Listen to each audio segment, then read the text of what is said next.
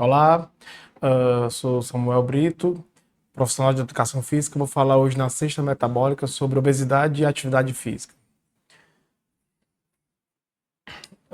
Bem, vou já trazer o enfoque da apresentação com os itens, né?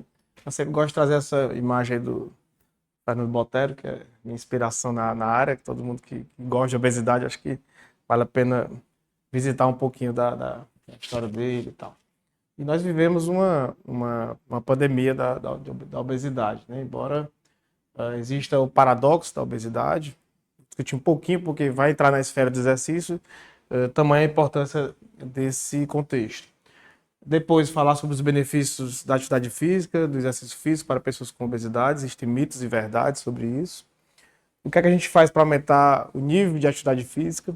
Eu creio acreditar que vocês, ninguém subiu de elevador, todo mundo subiu de escada, né? Então, isso já é um exemplo para começar. E contextualizar um pouquinho sobre o exercício e o remédio, né? Essas drogas, novas drogas e tal. Tem mais trabalho já adiantando, que eu estava falando agora para o Daniel, é a liraglutida ainda, né? Com exercício. Mas a gente está avançando, quem sabe próximo ano já tem ensaio clínico. Já, na verdade, eu já sei que tem ensaio clínico com as demais drogas, comparando com o exercício. Tá em andamento, né? Então já a gente vai ter respostas mais robustas aí. Bem, inicialmente eu gostaria de falar sobre o consenso internacional de obesidade, que traz a discussão quanto ao cuidado da obesidade versus a perda de peso. Então, vou bater muito nessa tecla nesse primeiro momento, sobretudo para pacientes que fazem exercício físico, tendo em vista que muda por completo o cenário da composição corporal. Então, muitas vezes na prática clínica só foca no peso, na balança, né? A coisa está muito enraizada na cabeça da gente. Mas, por exemplo, o Dr. Daniel Duarte, que é um sujeito muito musculoso, vai dar um IMC altíssimo e não necessariamente ele precisa tratar com droga agora, né? Embora seja cada pareta cada vez mais novo, jovem. Então, não são iguais, né? E a obesidade, o cuidado da obesidade é sobre saúde, né? Não o peso, necessariamente. Lembro, só lembrar do Daniel, né? Então, vamos lá. Obviamente que existe um risco do IMC aumentado, existe um maior risco de mortalidade, porém, contudo, todavia, a questão é quantos por cento dessas pessoas que participam desses estudos observacionais de coorte e tal são sedentários, né? Obviamente que a grande maioria, e talvez isso demonstre a limitação que é o IMC, assim como o peso. A literatura vigente reforça que traz até um alerta que a gente, muito mais importante do que procurar investigar o peso, é procurar investigar a força muscular, é procurar no idoso, por exemplo, investigar a velocidade de marcha dele, assim como a própria aptidão cardiorrespiratória. Então, se o sujeito tem uma alta aptidão cardiorrespiratória, isso é muito mais importante do que estar investigando peso na balança. Se o sujeito fica ofegante para subir esse escada que está aqui, isso é muito mais importante do que qualquer outra condição. Então, tudo isso está relacionado a esse paradoxo da obesidade.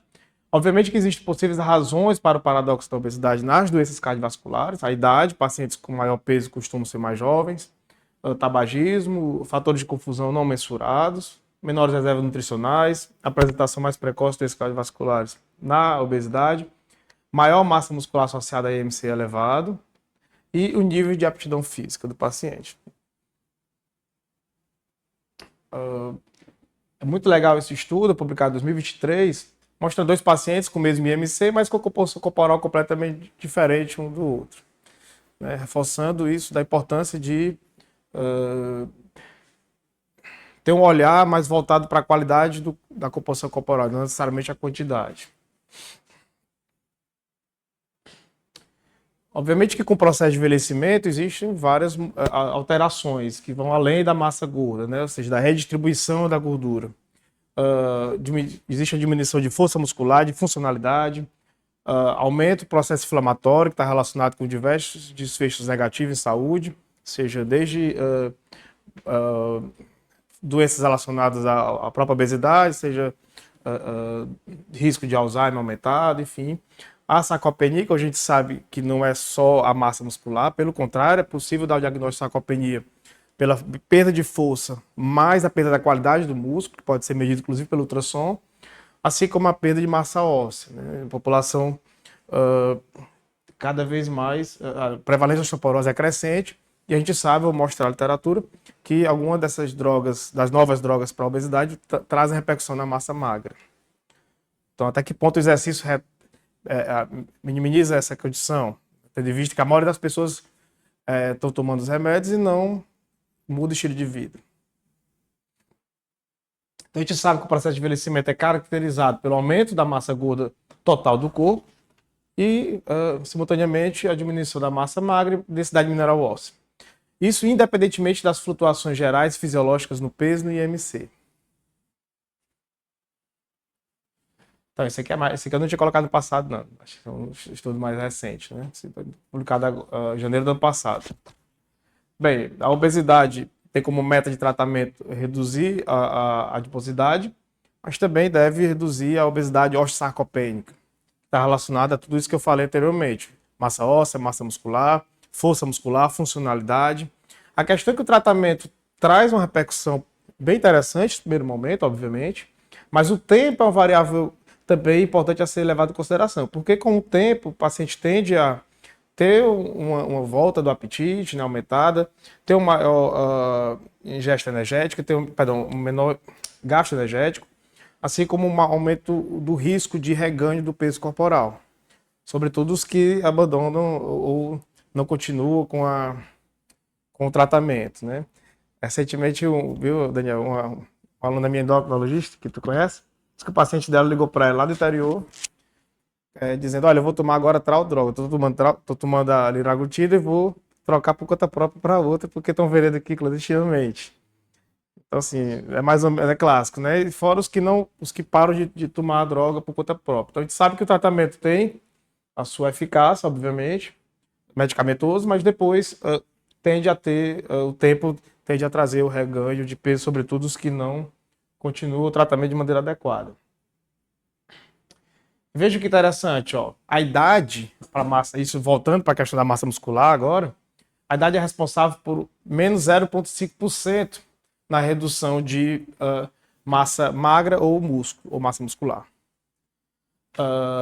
E aí você pega as incretinas, essas drogas novas, são responsáveis no primeiro momento por 10,1% da perda, placebo nesse estudo foi de 2,2%, e em seguida menos 7,9% e comparado ao placebo menos 1,8%, mostrando que a gente olha só para a idade, mas até que ponto o tratamento medicamentoso traz uma repercussão na massa muscular. Esse estudo mostra exatamente isso. Esse estudo aqui é esse anterior, tá, pessoal? A referência é essa aqui, que eu esqueci de colocar nesse. Então, o tratamento ideal para a obesidade deve incluir não só a redução da adiposidade, mas a redução das complicações relacionadas à doença, assim como a preservação da massa muscular e da força muscular. E aí entra a dieta, né, terapia, sono adequado e exercício físico, obviamente. Então, mas quais são os benefícios do exercício? Bem, existem vários, alguns já bem estabelecidos na literatura, outros nem tanto. Então, perda de peso é limitado, a literatura científica é limitada, mostrar que o exercício físico por si vai trazer uma grande repercussão na perda de massa de peso corporal. Pelo contrário, as pessoas fazem ganhar peso muitas vezes porque tem, né, ganho de massa óssea, massa muscular, enfim. A manutenção do peso também existe uma literatura controversa quanto ao tema. Perda de massa gorda total também. Porém, a gordura visceral, assim como a preservação da massa livre de gordura, já é bem estabelecido.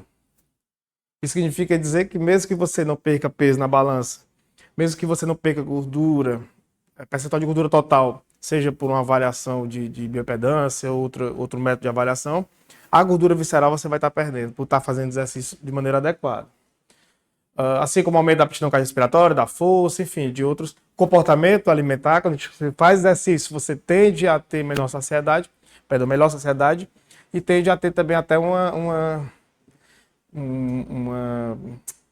um critério, mas quando vai comer, né?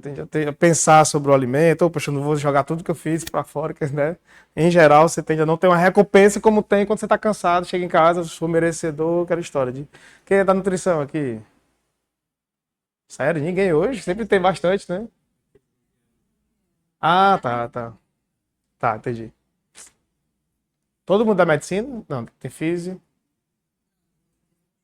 Todo mundo da medicina hoje? Ah, é. Bem, então, outro ponto importante quando a gente fala em obesidade é considerar que o sedentarismo mata. O sedentarismo mata 2 vezes mais do que a obesidade. E pouco que você faz de exercício já é o suficiente para diminuir de maneira significativa o risco de mortalidade e também da própria doença. Portanto, o fato de você estar sentado agora já está aumentando o risco de mortalidade. Então, quero só dizer que vocês precisariam estar necessariamente em pé. Então, a quebra do comportamento sedentário é importantíssimo para o controle metabólico. Alguns trabalhos, alguns estudos no exterior, sobretudo no Canadá, tem um grupo forte que estuda isso na Austrália, eles investigam muito isso. Eles fazem um grupo que trabalha em pé, outro grupo que trabalha em pé caminhando e outro grupo que fica o dia inteiro sentado. A diferença é impressionante em todos os aspectos. O número de medicamentos que toma, enfim, são pessoas que quebram o comportamento sedentário, ou seja, não necessariamente estão fazendo exercício regularmente na academia. E isso já ocorre. Pequenas mudanças já faz grande diferença. É isso que eu acho, viu, Daniel, que deveria existir aqui no ambulatório, por exemplo, dos pacientes. Tem alguma coisa. Eu sei que é difícil, eu sei que não é um contexto do setor público, é diferente, tudo. Mas, ao mesmo tempo, faz parte da educação e saúde, faz parte da gente tentar mudar alguma coisa, porque só pedir para fazer exercício. Ó, se o médico, quando pede fazer exercício, o percentual que vão realmente fazer, sobretudo o obeso, é muito pequeno. Se você escreve, você como médico escreve carimba, fazer exercício aeróbico 3 vezes por semana, fazer exercício de força 3 vezes por semana, se for idoso, fazer exercício de equilíbrio 3 vezes por semana, já é comprovado que a chance dele fazer é de até 4 vezes maior comparado a quem só falar. Só fazer escrever e carimbar. Então você vê como essas questões são importantes, né? E também se ele entender que quebrar o comportamento sedentário, que ficar mais tempo em pé, vai ter uma repercussão metabólica, muitas das pessoas não sabem nem que isso existe, né? Então já é importante também trazer essa perspectiva. Então quebrar o comportamento sedentário, melhora inclusive glicemia, melhora glicemia pós-prandial, glicemia de jejum, pode melhorar colesterol, né? Enfim. Tá? Lógico que não é só isso. Eu sei por conta própria, comecei a tomar estatina agora. 41 anos, fiquei foi triste, mas faz parte, né? Aí eu optei pela pitavastatina para não mexer na questão muscular por enquanto, né? Eu fui ler o conselho, tinha acabado de sair. Eu não repeti o exame ainda. Era uma consulta gratuita aqui, né? Eram 3 meses, agora 6 semanas você já repete o exame, não é isso? Ou não? Normalmente, né? Isso. É? 8 semanas, pronto. Eu tava bem pertinho de repetir. Não tem nada a ver com a aula, mas já. Enfim. Então, reduzir 2 horas o tempo de dia de tempo sentado ou em pé, seguido de tempo em pé ou andando, já traz diminuição do IMC, da circunferência da cintura e da glicemia pós-prandial. Então, tem guideline, estudos bem robustos. Esse estudo publicado no ano passado, 2025, em junho, mostrando que o sedentarismo contribui, inclusive, para a epidemia do diabetes tipo 2. Né, esse comportamento sedentário. Tá? Bem, então, mas eu já falei de composição corporal, do paradoxo da obesidade, já falei do sedentarismo em si, mas até que ponto o exercício físico tem um peso maior do que essa questão da gordura, né? Se o sujeito for obeso e fizer exercício, será se isso é diferente do sujeito que é magro e é sedentário? Quem é que faz exercício regularmente? Olha aí, tá mudando, né? Tamo bem, viu? Vou pedir pra Dani pra fazer o campeonato com o G-Pes lá com. Porque teve neuro versus geriatria recente aqui, né? Foi uma confusão. Foi legal, enfim. Tem a competição aí do G-Pes. Bem, no requisito mortalidade, veja bem, nós temos ali em cima indivíduos com sobrepeso sedentários e no B, indivíduos com sobrepeso que são fisicamente ativos. Observe que o B, indivíduo com sobrepeso que é fisicamente ativo, não tem um risco aumentado de mortalidade por ser ativo. Contrapartida, o risco é o dobro se você for sedentário e for obeso, comparado a indivíduos que têm peso normal. Deu para entender, né? Se o sujeito for sedentário e tiver peso normal, tiver sobrepeso, ele tem aumento do risco de mortalidade. Agora, se ele tiver sobrepeso e for fisicamente ativo, esse aumento não existe. Peso balança, tá? Mesma coisa o obeso. Mesma coisa o obeso. Então, de novo, tá todo mundo olhando só o peso corporal, dizendo que o sujeito você é obeso, e tá esquecendo de saber se a pessoa é fisicamente ativa ou não. Se ele for ativo, já dá para diminuir o preconceito, pelo menos, né? Era para diminuir de qualquer maneira, mas o fato de ser ativo aí é mais ainda. Pois não.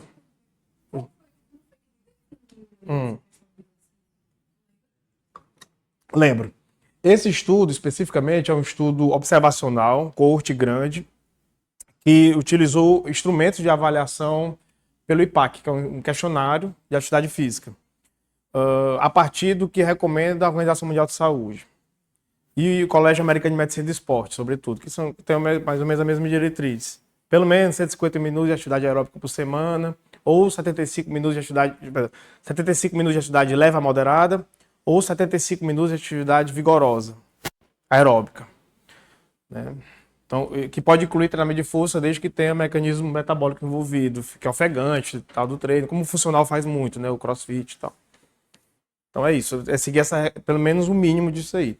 Porque entendo que obviamente o ideal seria ser mensurado por vai lá, um actígrafo, um relógio inteligente, para ter um marcador realmente mais sensível, mais acurado, né? Mas tudo com 1 milhão e tantas pessoas, você tem que fazer observacional, não tem como, questionário. Então acredita-se, inclusive, que esse peso possa ser até melhor do exercício, né? Porque se com um questionário que é falho, você tem uma ideia, tá? Você tem esse achado, você imagina com algo mensurável de maneira mais precisa. Então, o exercício é eficaz na perda de peso? Balança? Peso balança? Será se apenas o exercício mais dieta é diferente? Exercício, apenas dieta, perdão? Esse estudo é bem antigo, mas ainda hoje é a melhor meta-análise que tem. É um estudo da Cochrane que eles não atualizaram. Perdão, o outro era 2006 e 2014. Mas de lá para cá, todo ano eu olho e não revisaram. Porque geralmente na Cochrane, a cada 2 anos, eles podem refazer a mesma busca, e publicar outro artigo. Mas é um trabalho muito grande, né? Então não foi feito até onde eu achei, né? Tá? Talvez tenha essa temática publicada em outros locais. Mas aí mostra o seguinte, de 3 a 6 meses não há diferença, quem faz exercício versus só dieta. Com 1 ano você tem uma perda de 2,4 quilos, salvo engano. Então você paga 1 ano para perder 2 quilos de balanço, tá fazendo exercício, né? Muito pouco. E aí eu peguei o melhor ensaio clínico publicado naquela meta-análise, que foi esse estudo muito bem publicado, muito antigo também, já tem mais de 20 anos, mas que, até onde eu sei também, até hoje é o ensaio clínico com maior duração sobre o tema, tá? Foi o que eles fizeram. Eles avaliaram os pacientes pelo peso no baseline, ou seja, antes de começar a intervenção, 6 meses depois, 18 meses depois. E aí, observe, eram 316 pessoas idosas. Observe que a primeira setinha ali, a gente tem a perda de peso em 18 meses, 12,8 quilos. Só exercício, menos 4. Então, olha a diferença, né? E exercício de dieta, menos 8. Então, observe que o exercício realmente, só pelo peso, variável peso, ele é extremamente limitado. E a dieta é bem mais eficaz no peso balança. Então, a gente tem, a depender da modalidade de exercício, o paper traz isso também, o exercício aeróbico, por exemplo, pode diminuir de 0 a 2 quilos de peso, né, geralmente próximo de 1 ano, e para isso acontecer teria que ter um volume muito alto de exercício aeróbico, o sujeito fazer 200, 250 minutos por semana, intensidade moderada, alta, para chegar nessa perda de peso balança. Treinamento de força, não há evidência suficiente, e o combinado aeróbico mais o de força similar só ao aeróbico. Tá, enquanto a restrição calórica combinado com o aeróbico, aí você tem menos 9 até menos 13, né, desvio padrão. Então, a atividade física sozinha ela não está relacionada à perda de peso. Então, isso está bem estabelecido. Agora sim, um estudo mais recente, 2023, mostrando exatamente isso que eu falei anteriormente. Outro ponto importante é considerar que a perda, agora já voltando para a massa muscular, que a massa muscular ela é diferente da... quando a gente fala de peso corporal, perdão, é preciso entender que é possível ganhar peso na balança e perder funcionalidade simultaneamente. Por quê? Porque a massa muscular não é linear ao ganho de força muscular. Então, nesse primeiro gráfico, esse estudo mostrou isso, a linha contínua é a massa muscular e a pontilhada é a força muscular. Então, aqui o sujeito do lado esquerdo, né, que perdeu peso na balança, obviamente que ele vai perder massa muscular e vai perder força, vai perder funcionalidade, porque ele é sedentário. Do outro lado, um sujeito também sedentário, mas que está em ingesta proteica adequada, idoso e tal, ele pode ganhar um pouquinho de massa muscular, mas e aí, por consequência, ganhar peso na balança. Mas o fato dele ser sedentário faz da mesma maneira ele perder força e perder funcionalidade. Tá? Então, às vezes, também a gente fica iludido quanto à questão o sujeito ganhou massa muscular, um pouquinho, ótimo, perfeito. Mas não é linear a força muscular. Se está perdendo força, está perdendo função, a clínica é soberana, né? Então, é isso que importa no frigir dos ovos. Então, voltando àquele estudo lá de trás que eu mostrei, exercício sem perda de peso, certamente é o melhor cenário. Por quê? Porque eu quero exatamente ter o efeito inverso. Eu quero ter o mesmo IMC, mas ter um percentual de gordura intramuscular, intermuscular de 17%, passar para 7%. Né? Ter uma área de transversa no músculo de 84 para 111. Então eu quero mudar a qualidade da composição corporal, mesmo que eu continue com o mesmo IMC. Não tem problema. E para isso, há uma literatura muito além de robusta, é uma literatura ampla sobre o tema, né? Mostrando que perda de peso não é a busca necessária para quem faz exercício físico. Se você está pegando um indivíduo sedentário que está em tratamento com alguma droga, ok, mas a partir do momento que faz exercício, não é preciso é preciso ser revisto isso, né? Então, por exemplo, esse segundo estudo, pacientes com diabetes tipo 2, mostraram relevantes alterações clínicas relacionadas a diabetes, apesar de nenhuma alteração no peso corporal. Tá? Já existem vários estudos com meta-análise, inclusive em paciente que já tem doença hepática gordurosa não alcoólica, e em diferentes populações mostrando exatamente a mesma coisa, que se tiver um controle metabólico e melhorar, e o exercício como tem repercussão na gordura visceral, esse benefício acontecer desde que a prescrição seja adequada, é o cenário ideal mesmo, que não tenha alteração na balança, não tenha perda na balança. E dieta exercício mais dieta restritiva. Eu trago aqui um estudo New England, publicado em 2017, que fez o seguinte: vamos misturar tudo que eu conversei até agora, né, e vamos avaliar, foi um estudo com idosos obesos, tá? Avaliar a eficácia de vários modelos de exercício aeróbico, resistência, que é a mesma coisa de treinamento de força, ou combinado dos dois, na reversão da fragilidade e na prevenção de redução de massa muscular e óssea induzida pela perda de peso em idosos obesos. O propósito é exatamente esse: perder gordura, não perder peso na balança. Por quê? Porque eu quero ganhar massa óssea, quero ganhar massa muscular e ganhar força, que é o mais importante. Então, eram pacientes acima de 65 anos, com IMC acima de 30, todos sedentários. 40 pacientes fizeram grupo controle, não fizeram nada, 40 aeróbico, 40 treinamento resistido e 40 combinado os dois. Como é que funcionava o treinamento aeróbico? 3 vezes por semana, 40 minutos na esteira, bicicleta e subir escadas, com a frequência cardíaca ali de leve a moderada, até chegando um pouquinho alta, perto de 85% da frequência máxima. Entende que quando você chegar a 85% da frequência máxima, você não consegue, vai lá, cantar. Você fala frase por inteiro já com alguma dificuldade por estar ofegante. Treinamento de força eram 9 exercícios, com 85% de uma repetição máxima, e aí é bem pesadinho. É como se a pessoa fizesse um supino com 10 quilos e só conseguisse no máximo fazer uma repetição com 8,5. Só para fazer né? Isso, lembrando, foi idoso, mas existia uma progressão até chegar nessa condição. E era individualizada a questão de um RM. Combinado e outro que não fazia nada, que era o controle. Então, a perda de peso para tratar a obesidade nos idosos continua controversa, pois a obesidade causa fragilidade e a perda de peso pode agravar ainda mais a perda de massa muscular e óssea e pode piorar a fragilidade. Então, a gente tem como achado a melhora da performance física, que é esse primeiro gráfico PPT. Só o combinado teve uma melhora significativa comparado ao controle e comparado às demais modalidades. Embora o aeróbico tenha melhorado comparado ao controle, embora o treinamento de força também tenha melhorado, só o combinado foi superior a intergrupos, mostrando que o ideal para melhora de performance física nessa condição é fazer os dois. Então, em resumo, indicar só treinamento aeróbico é muito pouco. Indicar só hidroginástica é muito pouco. Indicar só caminhadinha de shopping na beira-mar e tal, que foi muito pouco. Tá? Para melhor de performance física, obviamente. Perda de massa magra, a gente tem treinamento aeróbico, teve maior perda. Não. O de resistência, de todos, foi o que melhor teve repercussão nessa questão. E o combinado foi minimizado também, mas o treinamento de força sozinho foi o campeão, digamos assim. Mas todos melhoraram. Perdão. O aeróbico foi o que teve mais perda de massa magra comparado ao controle. Mostrando, e lembrando que esses pacientes estavam todos em dieta restritiva, né? Então, é o que acontece. Você tem um paciente obeso, encaminha ele só para o treinamento aeróbico, ele faz o treinamento aeróbico, ok.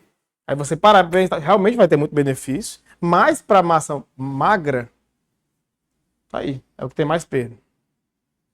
Então, né, você talvez aumentando a fragilidade, diminuindo a funcionalidade do paciente, mesmo ainda que ele esteja fazendo atividade física. Então, por isso tem que mexer com todos esses elementos, tem que incentivar o treinamento combinado. Ninguém consegue agachar com competência se não tem força. Então, ninguém consegue pegar um objeto no chão com competência se não tem força. E a massa magra está relacionada a isso. Densidade mineral óssea, ó, você pega só o aeróbico, tem uma perda significativa comparado ao controle, e também o de resistência, o combinado. O de resistência sozinho foi o que teve menor perda. Tá? Mesma coisa da massa magra como todo. E embora a combinação de exercícios não tenha sido capaz de erradicar totalmente a perda de massa muscular e de osso, devido à modificação da dieta, como eu falei, e restrição calórica, o regime foi capaz de minimizar com sucesso as perdas. Então é preciso fazer as duas coisas. Gordura visceral, né? Fugindo um pouquinho do peso, agora já entrando na gordura visceral em si. Exercício de intensidade moderada a alta, aeróbico, representa uma diminuição significativa na gordura visceral. O que é exercício de alta intensidade? Como eu falei, você não conseguir falar uma frase por inteiro, você ficar realmente ofegante, seja no elíptico, seja na bicicleta, seja na esteira, seja correndo, né? Seja nadando, enfim. Você vai ter esse benefício de diminuição de gordura visceral. Mais do que, quanto menor a intensidade, menor o benefício, tá? Quando eu falo intensidade, o treinamento intervalado de alta intensidade, por exemplo, para quem está começando, já é válido. Sujeito obeso, com artrose no joelho, idoso, se fizer a bicicleta 3 minutos bem rápido, só um exemplo, tem vários protocolos, e 2 minutos bem mamãezinha, ou 1 minuto rápido, o que for, já o fato de alternar, ter de fato o estímulo ao mais do que ficar a vida toda lá. Isso é um treinamento intervalado de alta intensidade, onde componente de intensidade, a alta intensidade vai ser atingido e esse benefício vai vir. Tá? E aqui é uma meta-análise, publicada em 2016, com 117 estudos e tal, mostrando exatamente, reforçando tudo isso que eu falei para poder fechar esse tema mais direto. Perda de peso, a dieta hipocalórica é superior ao exercício, peso balança, e já a gordura visceral, o exercício é superior à dieta hipocalórica. Então o exercício físico apresenta maior vantagem na perda de gordura visceral. Eu não estou dizendo que a dieta hipocalórica não é eficaz, não, mas estou comparando um com o outro. É igual aquela história, tem duas pessoas bonitas e pai fulano é mais bonito do que a outra. Você está dizendo que a outra é feia? Não. Estou dizendo que uma é mais bonita que a outra. As duas são bonitas, né? Mas tá a mesma coisa. Tá? Então, na ausência da perda de peso, na ausência da perda de peso, que é o que a gente quer, quem faz exercício, o exercício físico está relacionado com 6,1% no decréscimo de gordura visceral enquanto a dieta hipocalórica mostrou uma discreta alteração de apenas 1,1%. Então, a perda de peso corporal não necessariamente reflete mudança na gordura visceral e pode apresentar um falho marcador. Tá? Vou passar aqui. Muito disso está na nossa cabeça, do peso. Eu sempre falo dessa história da farmácia Oswaldo Cruz, no centro. Quando eu era criança, ia para lá para pesar. O sujeito pagava para pesar e fazia uma fila. Chegava lá, tinha 10 pessoas na fila. Era um evento, você ia pesar. Aí, quanto tempo isso está enraizado na cabeça da gente? E pagava para pesar, né? Aí a mãe ainda comprava, não era o nome, era Biotônico Fontoura. Horrível, né? Gotas Arthur de Carvalho, tu lembra, Daniel? Eu não é remedinho ruim. Vamos lá. Força muscular. A evidência, isso é um estudo de coorte. Vocês avaliaram os pacientes agora, depois de tantos anos, nesse caso foram 12 anos, salvo engano. 12 anos depois reavaliaram. 12.583 pacientes com idade entre 18 e 89 anos de idade. Eles mostraram que, depois de 5,6 anos, perdão, apenas 7,3% dos pacientes que faziam treinamento de força desenvolveram obesidade depois. Então, mostrando que parece que o exercício de força pode sim prevenir a obesidade. Até porque o treinamento de força, a depender do que você faça, é possível ter um mecanismo aeróbico. É como se fosse um shampoo 2 em 1. Você fica ofegante ao mesmo tempo que ganha força. Né? Todo mundo deve ter feito já um agachamento com halteres, vai lá, agacha, sobe com os braços, vai ficar ofegante e vai ganhar força. Melhora a capacidade cardiorrespiratória respiratória como se estivesse no aeróbico, mesmo assim, propriamente dito, e ao mesmo tempo força. Então, o treinamento de força, ó, ele pode trazer esse benefício na diminuição do desenvolvimento do risco de ser obeso, né? E aí, esse estudo, ele traz, esse aqui é um outro estudo, publicado também em 2017, com 100 pacientes com obesidade ou sobrepeso, com IMC, aí eles estratificaram. Maior ou igual a 55 anos, ou IMC maior ou igual a 28, IMC maior do que 25, com circunferência da cintura maior do que 88 para mulheres e 102 para homens. Critério de elegibilidade, isso aí, né? 55 a 80 anos de idade, os pacientes participaram desse ensaio clínico. Uma intervenção de 10 semanas e 3 vezes por semana. Todos os indivíduos seguiram uma dieta hipocalórica de 600 kcal abaixo da necessidade energética estimada. Quer dizer, algo que a gente, no almoço de hoje, já bateu isso aí, né? Talvez no café da manhã. Você imagina o dia inteiro. E ainda tem que se exercitar. Perdão. Eduardo, pega uma águazinha para mim, por gentileza, jovem. Obrigado.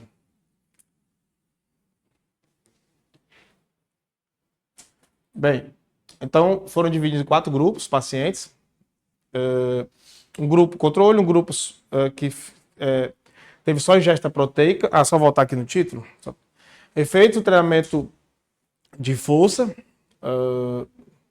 efeito da ingesta de proteína e outro treinamento de força. Então, comparou ingesta proteica versus treinamento de força. Na preservação da massa livre de gordura durante a perda de peso em pacientes obesos e idosos. Sobrepeso e idosos. Obrigado. Então, um grupo controle, um grupo que só teve ingesta proteica, um grupo só treinamento de força e um combinado. O grupo controle teve conselho dietético de proteína normal, hipocalórica, de 0,8 gramas por quilo de peso corporal. Isso aqui é um ensaio clínico bonito e bem feito, onde você, no grupo controle, tem alguma coisa de benefício para o paciente, né? Diferentemente da maioria dos controles, que fica, você não faz nada, fica em casa, né? Isso aí pelo menos trouxe essa perspectiva. Até para comparar é melhor e tal, e também é bom para o paciente. O grupo proteína, 1,3 gramas por quilo para o conselho dietético de alta proteína. Treinamento de força, 9 exercícios de força progressiva, em que utilizou halteres, faixas elásticas, medicine ball, aquelas bolas pesadas, entre outras coisas. E o combinado que fez esse protocolo de proteína, mais esse treinamento de força, né? O combinado com a dieta o grupo da dieta proteica. E aí, o que é que os achados mostraram? Observe o seguinte, o grupo controle, só proteína, só exercício, proteína mais exercício, todo mundo perdeu massa gorda e peso corporal. O único grupo que teve uma melhora significativa no ganho de massa muscular, de massa magra, perdão, massa livre de gordura, foi o grupo proteína mais exercício. Reforçando que no idoso, né, a ingesta proteica adequada mais treinamento de força parece ser o ideal para se ter ganho, inclusive, mesmo em pacientes que estão com dieta hipocalórica. Então, olha a importância do treinamento de força para essa população. Lembra que eu mostrei naquele outro estudo que só o treinamento aeróbico faz o contrário? Tá? Faz o contrário.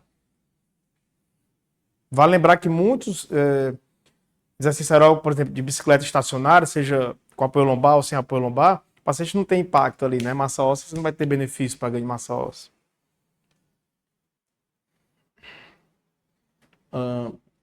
Aqui combina, aqui agora no aspecto não mais da massa magra, mas agora como desfecho a gordura visceral, tá? Será que o exercício de força é superior ao aeróbico quando comparado a um grupo que faz aeróbico mais o combinado? Esse estudo mostra que o aeróbico versus o força não tem diferença na gordura subcutânea, abdominal subcutânea. Mas quando você faz o combinado aeróbico mais força, é superior a só o aeróbico na diminuição da gordura subcutânea. De novo, o combinado superior a só um outro isolado.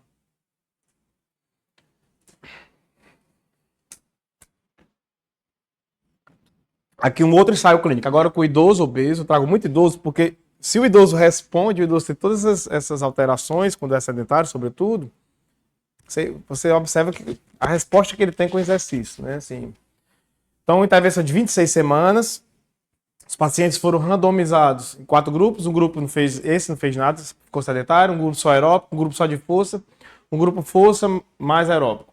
Então, programa de controle de peso, com sessões de terapia comportamental uma vez por semana. Também todos esses 3 grupos faziam isso. Os objetivos, um déficit de 500 a 750 quilocalorias, né, das necessidades energéticas por dia, de 1 grama de proteína por quilo de peso corporal por dia. Outro objetivo era atingir uma perda de peso de aproximadamente 10% em 6 meses. Os pacientes treinaram 3 vezes por semana, com um treino de 60 a 90 minutos. Então, tinha um volume bem interessante. Né? Quais eram os critérios de elegibilidade? Idoso, com IMC acima de 30, tinham que ser sedentários,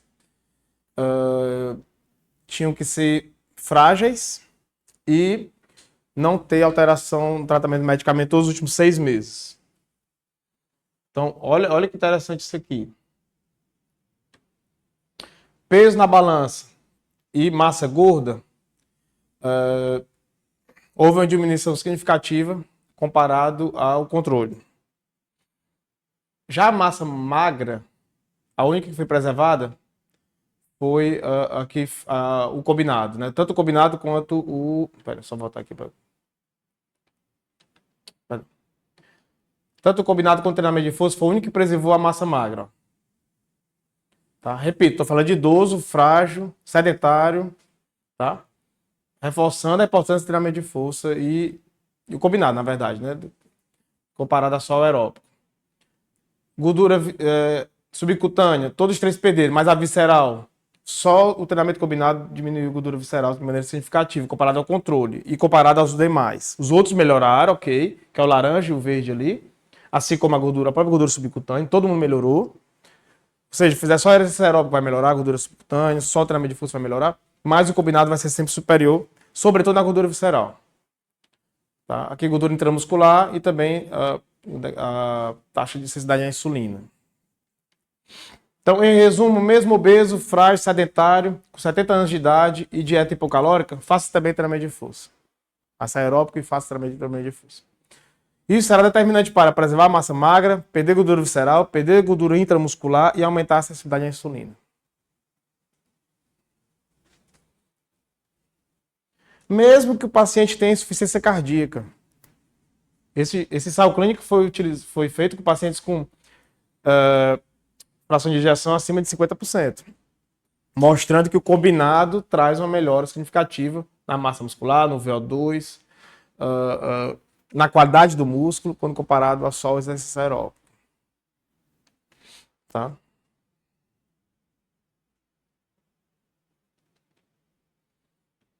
Então, aumentando o nível de atividade física. É preciso entender tudo que a gente discutiu agora Existem os benefícios do exercício, né, que a gente já comentou. Quais são as recomendações atuais? Cada vez mais a gente tenta individualizar, obviamente, para ter o paciente centrado na discussão do que deve ser feito.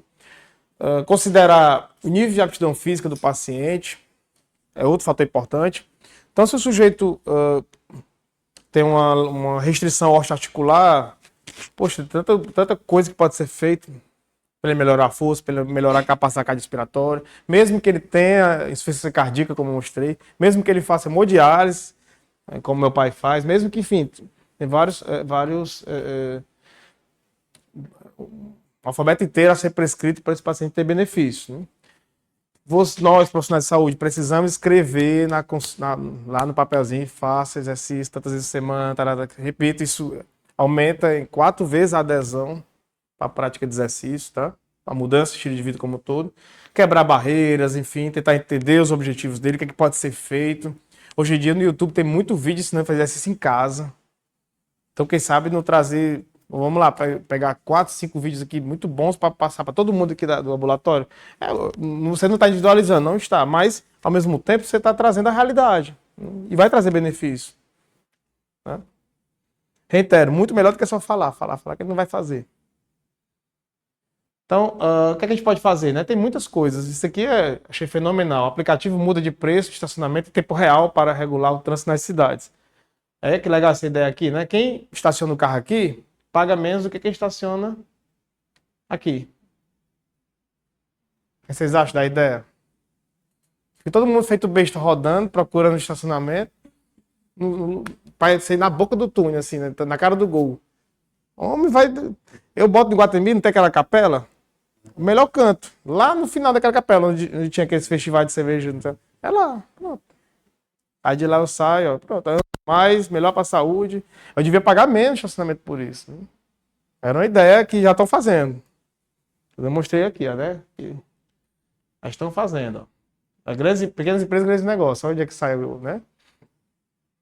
Então, botar aqui, paga menos que quem coloca aqui. Ainda é melhor para o coração e tal. Subir escada. Aqui eu acho que na escada aqui tem alguns textozinhos. Acho que não sei se tem. Tem não, né? Fala do Dr. Renan para ele fazer isso aí, ó. Olha aí, quem gosta de pichar, não pichar, fazer arte, né? Então fazer uma arte aí no condomínio e tal, enfim. O que a gente trouxer como incentivo, vale a pena.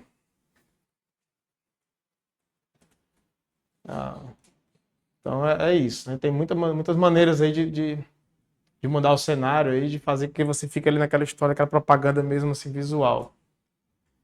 A gente sabe que subir escada é muito importante para diminuir risco.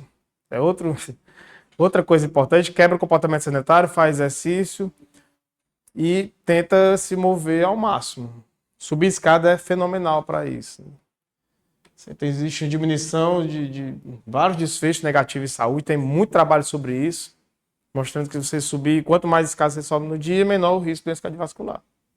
Então, quem subir de elevador hoje, por favor, não faça mais isso, né? E quem esse outro colega for, a não ser que você não goste da pessoa, aí você, né? Você não gosta da pessoa, aí você não vai falar nada, mas se você gostar, você fala, ó, vem comigo de escada. É uma prova de amor, viu? Uso de novas tecnologias. Esse é fenomenal. Eu estou ganhando dinheiro, eu estou pagando a SBD, eu pago a SBD todo ano e pago a SBGG, a Sociedade Brasileira de Geriatria, eu sou membro das duas, pelo fato de fazer exercício. Como é que é isso? Olha que legal. Se interessou, né? Como é que é isso? Tem vários programas, tá? Mas eu vou mostrar um deles, que é esse Fully, que é para quem tem Prudential, que é um seguro. Que você paga, se tiver algum problema de saúde, você pode resgatar o dinheiro e depois fazer propaganda, mas sem conflito de interesse, tá? Enfim. Isso é porque eu estou usando também. Então. Aí tem um cashback, que eu posso resgatar 2 vezes por ano em dinheiro mesmo. Vai para minha conta, para eu estar cumprindo as metas de exercício semanalmente. Eu posso também, ter uma espécie de moeda virtual, posso trocar por várias coisas ali, ó. Né? Em restaurante, enfim. Uber. Só fica dizendo que Uber é caro, nada, de graça, só fazer exercício. Né? Eu que eu tô pagando SBGG e a SBD com isso. SBGG paguei ontem e vou pagar SBD, 275. Nesse caso, sim, mas tem outros aplicativos, vou mostrar já já, tem aplicativos do próprio celular que trazem essa perspectiva também de ganhar dinheiro em dólar, inclusive. Pouquinho, mas ganha. Pouquinho, mas ganha. Mas de pouquinho em pouquinho você vai fazendo, né? Eu resgatei no meio do ano, 700 e poucos reais no meio do ano. E agora eu vou resgatar 500 e pouco. Eu vou pagar as duas sociedades e vai sobrar dinheiro. Aí tá resgatando de graça, tá vendo? Por quê? Porque aí é coisa inteligente para eles, né? Eles têm menos custo com hospitalização, com tudo. Com tudo. Não é, claro que não é de graça, né? Mas tem outros que fazem, não sei, enfim, aqui, ó. Esses eu não conheço, tá? Eu só trouxe exatamente para poder trazer só um, né? Para não ter conflito. Então, eu não conheço, repito, mas procurei na internet, assim, por cima, mas se você investigar YouTube e tal, vocês vão achar outros que tem como ganhar dinheiro fazendo exercício, tá? Pouca coisa inteiro, mas já, né? Já ajuda. E um vídeo de 300 reais é muito bom, né, eu acho. Aí você pode tomar uma vez no ano. Cara dele. Todo mundo pegou já? Bem, então por último, exercício e remédio. Comparar os dois aí. A Liraglutida tem mais tempo no mercado e tal, então os ensaios clínicos sobre a temática vão com essa droga, tá? Aqui um estudo publicado em New England. Olha que legal, né? Reganho de peso depois da perda de peso é um grande problema. Esses pacientes com obesidade, né? Então, o que foi que eles fizeram? Um grupo placebo, um grupo só exercício, um grupo só liraglutida e um grupo exercício e liraglutida. E olha que interessante, aqui dá para ter uma ideia geral, né, como é que aconteceu. Esses pacientes, eles ficaram a semana -8 até a semana 0 só com dieta. Então essa dieta é para perda de peso de 800 quilocalorias por dia. Tá? Então 8 semanas só dieta. Todo mundo, ninguém vai fazer intervenção nenhuma agora. Depois eles fizeram intervenções com avaliações com certa periodicidade, onde se avaliava peso corporal, peso e amostra sanguínea, e peso e biópsia de gordura. Biópsia de gordura e peso só duas situações ao longo de 52 semanas, que foi o ensaio clínico. Então era -8, dieta, até o ponto 0. Depois começou a randomização, cada um foi para um grupo, né? Depois da randomização. E aí os pacientes completaram 52 semanas de intervenção. Então veja que interessante. Aqui nesse ponto, ou seja, no -8 à semana 0, antes da intervenção, os pacientes perderam menos 13,1 quilos, né, em 8 semanas de dieta de 800 quilocalorias dia. E aí depois vamos ver quem é placebo, quem é exercício, a liraglutida, exercício de liraglutida. Então, observe que a mudança de peso na balança foi superior à linha vermelha, exercício e liraglutida, comparado a só liraglutida, comparado a só exercício, né? E a própria placebo fez aumentar. E a diferença foi significativa comparado do 0 à semana 52, também da mesma maneira, superior na perda de 3,4 quilos, quem fez exercício mais liraglutida. E aí a pergunta, quantos pacientes de vocês fazem só uso da droga?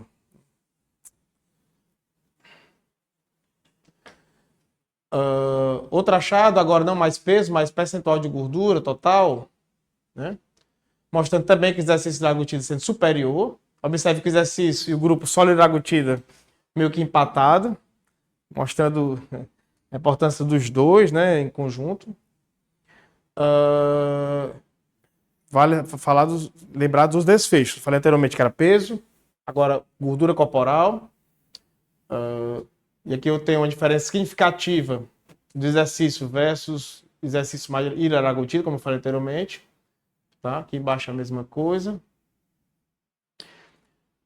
Massa gorda e massa magra. Observem, eu coloquei. Só exercício ganhou massa magra, né? Perdeu gordura e ganhou massa magra. Liraglutida perdeu gordura, assim como a exercício de liraglutida perdeu gordura, tá? Agora a perda de gordura foi muito maior em quem fez exercício de liraglutida, ou seja, só liraglutida diminuía a gordura, mas exercício mais liraglutida, a diminuição era o dobro, tá?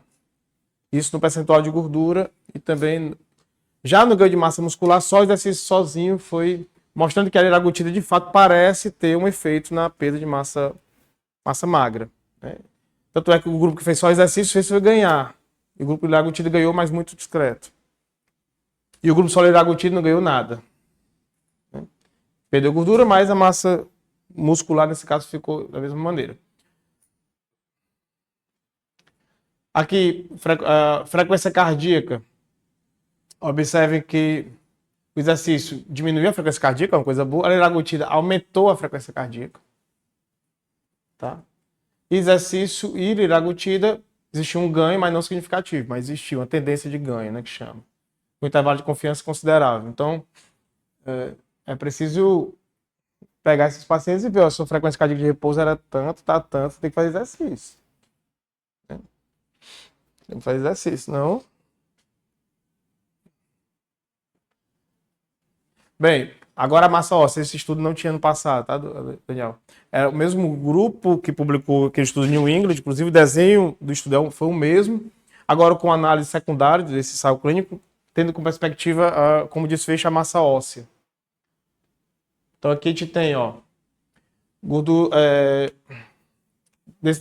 densidade mineral óssea de colo do fêmur.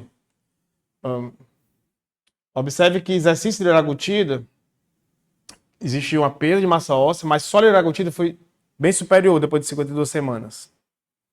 Reforçando também o que eu falei anteriormente. Só a droga vai diminuir massa muscular e vai diminuir massa óssea. Tem que fazer exercício para não acontecer isso. E aí o olhar muitas vezes clínico é, nossa, tá tudo ok, glicemia pós-prandial tá ótima, né? A glicada diminuiu e tal, ok. Mas e aí, e o osso? Como é que tá? Aí fratura o colo do fêmur, fica lá deitado, 6 meses sem andar e tal, aí morre. Pronto. Vantagem, como diz o outro. Né? Tem que fazer exercício. Coluna lombar, densidade mineral de coluna lombar, mesma coisa. O exercício. Olha o exercício laranjinha lá, como a perda é minimizada. Só exercício. Exercício de liraglutida também. É só liraglutida, olha a perda, bem maior. Aí interessante, né? Quando a gente vai para punho, que é um lugar onde tem mais osso esponjoso também, então tudo muito parecido, porque no punho o exercício não vai ter grande repercussão. Reforçando a importância, tem uma aula de osteoporose que é bem legal, de fazer exercício que tenha também impacto no punho. Então dá umas porradinhas lá. Eu tenho um negócio, os alunos eu levo, eu nunca fiz boxe na minha vida, mas eu levo o bichinho lá e o cara vai dar umas porradinhas nas sessões, às vezes eu coloco, porque tem que melhorar a densidade mineral óssea também do punho. Tá? Agora, no aspecto metabólico, por isso que eu deixei vermelho ali, ó, tolerância à glicose, a resposta a glucagon, função da célula beta do pâncreas e tal. Aqui é um outro ensaio clínico, mas também do mesmo grupo, com outro, os caras publicaram New England, publicaram um monte de, enfim, com o mesmo ensaio clínico. Aqui a média de idade dos pacientes, 42 anos, 43, idade do Daniel. IMC de 37 passou para 32, isso naquela semana do menos 8 ao 0, como eu falei anteriormente, ó. Então são os achados só com a intervenção da dieta. A glicemia de jejum de 5,6 para 5,2, né, tendo diminuição significativa. Só para trazer um pouquinho da perspectiva da amostra. E aí a resposta da glicemia pós-prandial. Você teve uma diminuição de exercício liraglutida de menos 8,7% e só liraglutida menos 6,9%, reforçando que o exercício é significativamente superior. E aí, interessante isso aqui, ó. Eles pegaram uma amostra desses pacientes que eles tinham pré-diabetes. Ninguém tinha, no máximo pré-diabético, perdão. Ou glicemia normal ou pré-diabéticos. Não tinha nenhum diabético aqui. Quem tinha a pré-diabetes pela glicemia de jejum elevada, maior do que 5,6, foram os pacientes que mais responderam à diminuição só o exercício de liraglutida diminuiu a glicemia pós-prandial. Ou seja, quem tinha pior controle metabólico e só tomou liraglutida não teve uma melhora superior ao exercício mais liraglutida na diminuição da glicemia pós-prandial. Mostrando que nessa população especificamente parece que o benefício dessa é superior ao fato de fazer exercício. Na resposta ao glucagon pós-prandial, observe que só o exercício de liraglutida teve uma melhora significativa comparado ao controle. Mesma coisa a função da célula beta do pâncreas. Esses achados eu também não trouxe no passado, ó, é o mesmo artigo, tá? Só o exercício de liraglutida teve melhora nesses dois marcadores, nos dois desfechos de interesse. Então, vá de bike, simplifique sua vida, né? Faça exercício de força, se movimente, faça exercício de moderada alta intensidade, sobretudo aeróbico, faça exercício de força regularmente, ganhe função, preserve a massa muscular, preserve a massa óssea, porque só o remédio nessa população eu já mostrei que não é o melhor cenário. Então é isso, pessoal. Aqui são. Quem quiser a aula, já tá, eu posso passar para vocês, só mandar um e-mail. Ali é meu Instagram pessoal, tá aberto para todo mundo, como tudo. E o Idoso Movimento Oficial, que faz tempo que eu não mexo, mas eu pretendo voltar aí no futuro próximo para mexer, tá bom? E é isso. Obrigado pela atenção de vocês.